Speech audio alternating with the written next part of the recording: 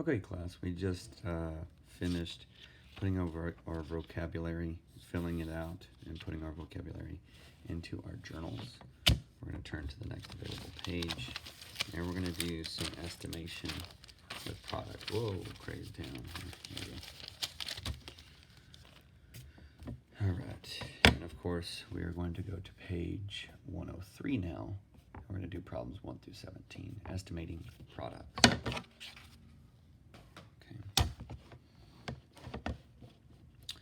And so we'll put at the top, estimating products. I'm going to switch the color up. Let's see what we got here. Some purple and blue. Looks good. And this is, of course, still 5th grade. Estimating products. All right, so you're on 103. Yeah, 103. And so, just as an example, we want to estimate the product of something. That means we want to get as close as we can. Remember what estimate means? Estimate as close as possible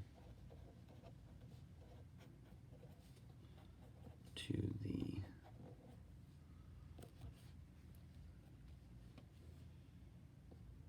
original numbers.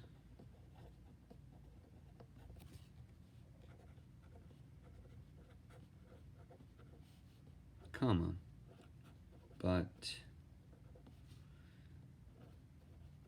easier.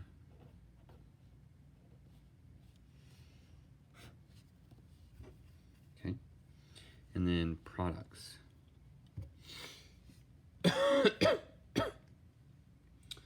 need a drink of water, but I don't have one. It's okay though.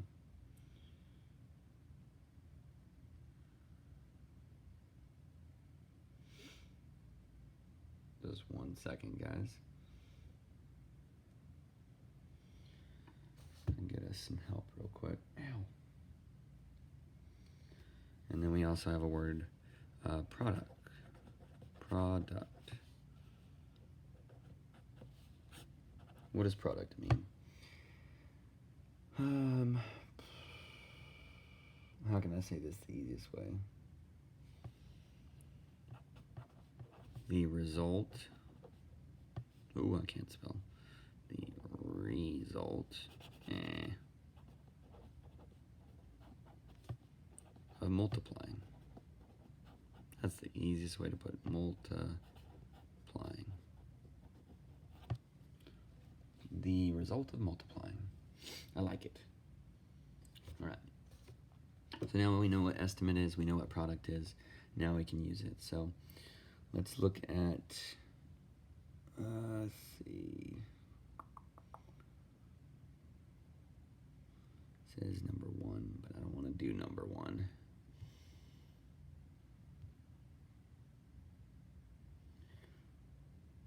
Okay, we'll do number 1. That's fine. Number 1, and what number 1 gives us is a chart, and it says about how much would it cost to buy 18 MP3 players. Well, we have a graph that shows us. I'll show you the graph real quick.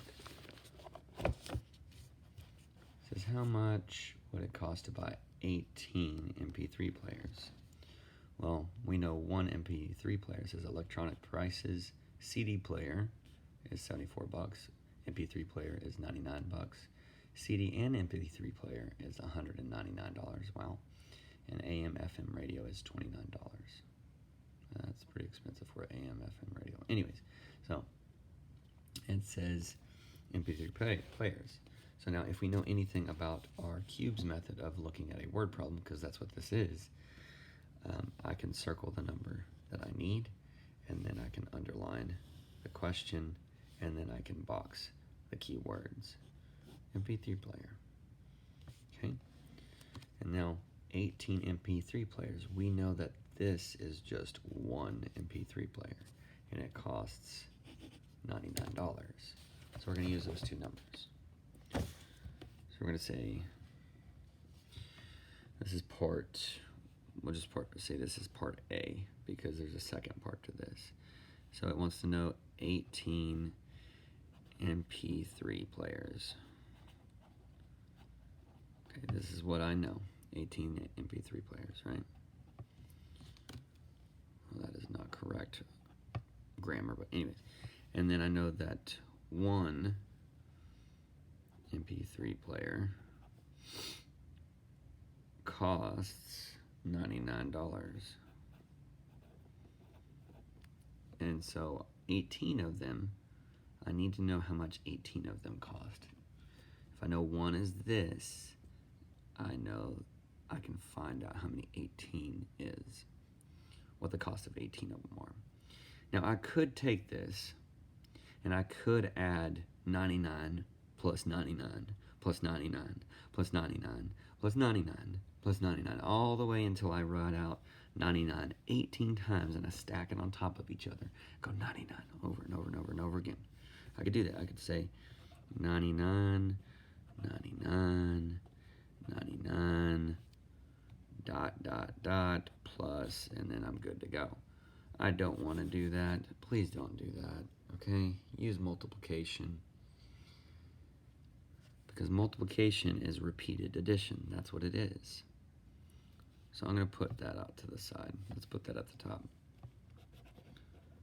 Multiplication is repeated addition. Okay, multiplication is repeated addition. So if I take 18, saying I want to do 18 times 99, right? 18 times 99. Does it matter if the big number is on top or the small number is on top? Does it matter at all? No, not in multiplication. It's the same as addition. I can multiply in any order.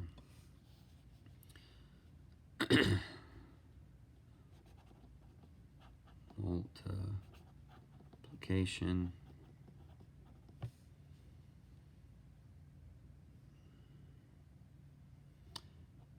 is commutative. Make sure I spelled that right. One moment. And we're already 7 minutes in. I haven't even finished one problem. What's wrong with me? Commutative. Ouch.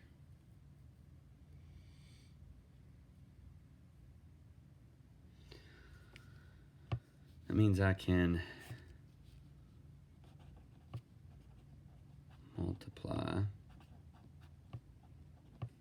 in any order, as long as that's what I'm doing at the moment. So 18 times 19. Now, the lesson is for estimating products. So I can estimate this and see how much that would be by rounding. I can round up, I can overestimate, or I can underestimate. I'd rather get as close as possible to the answer. So in this case, I'm going to do an overestimate.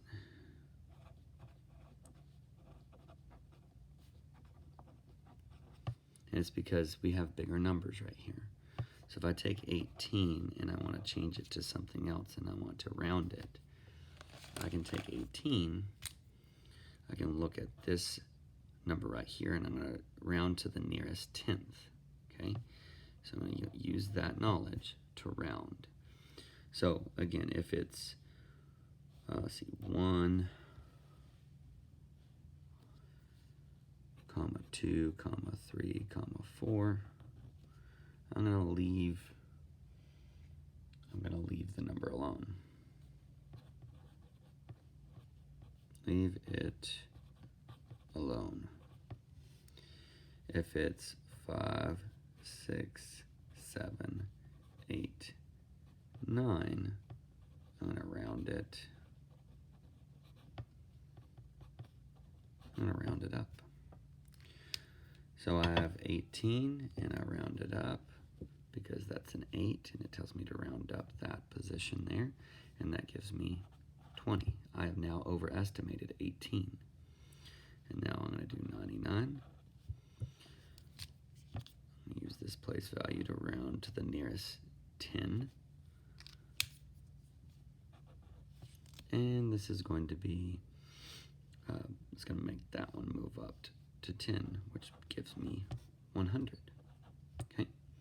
Now I can take this and create my new problem and say 20 times 100. I'm going to set it up like that because it makes more sense to my brain. 20 times 100. And now I'm going to multiply. If we don't remember how to multiply, we need to take each one of these numbers on the bottom row and multiply it by each number on the top row. Okay? Looks like eyeballs. Sorry. So first I'm going to take the 0 and I'm going to multiply. I'm going to multiply this number by each number. So 0 times 0 is 0. 0 times 0 is 0. 0 times 1 is 0. Look at that. We got nothing. For all of our hard work, we got nothing so far. So 2 times, and then we go to the 2. We need to multiply this 2 by each place value. 2 times 0 is 0. 2 times 0 is 0. And 2 times 1 is 2. Now we're going to add those together. If you notice, though, you see there's this gap. There's something I did here that you may not be aware of. Whenever I started with the 0 here, this 0, I took 0 times 0. I dropped my answer down here because I'm in the ones position. Then I said 0 times 0, and I dropped it down to the tens position because I did 0 times 10, basically. 0 times 0 in the tens position. So I put my 0 there. Then 0 times 1 gave me 0, and that was in the hundreds position. Now whenever I came to this position, if you notice, I started answering my stuff here in this place value. And it's because the 2 is in the tens place value. So I started it right there. I have to do that.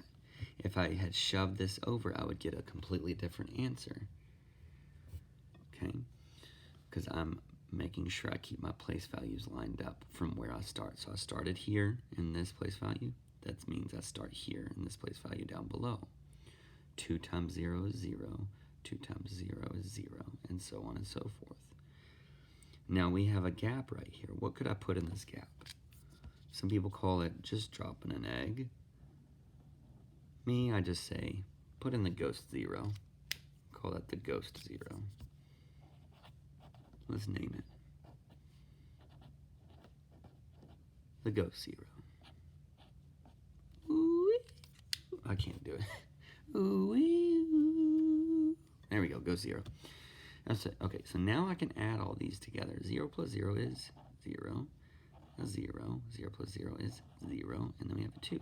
Remember, these are partial products right here, used to get the final product. Okay? Final product. And that's how we estimate. Okay? We need to round first, up or down. We need to overestimate or underestimate, and then we multiply those two new numbers together. And it makes it easy for us because we're just working with zeros and a couple of numbers. That is your lesson. Thank you.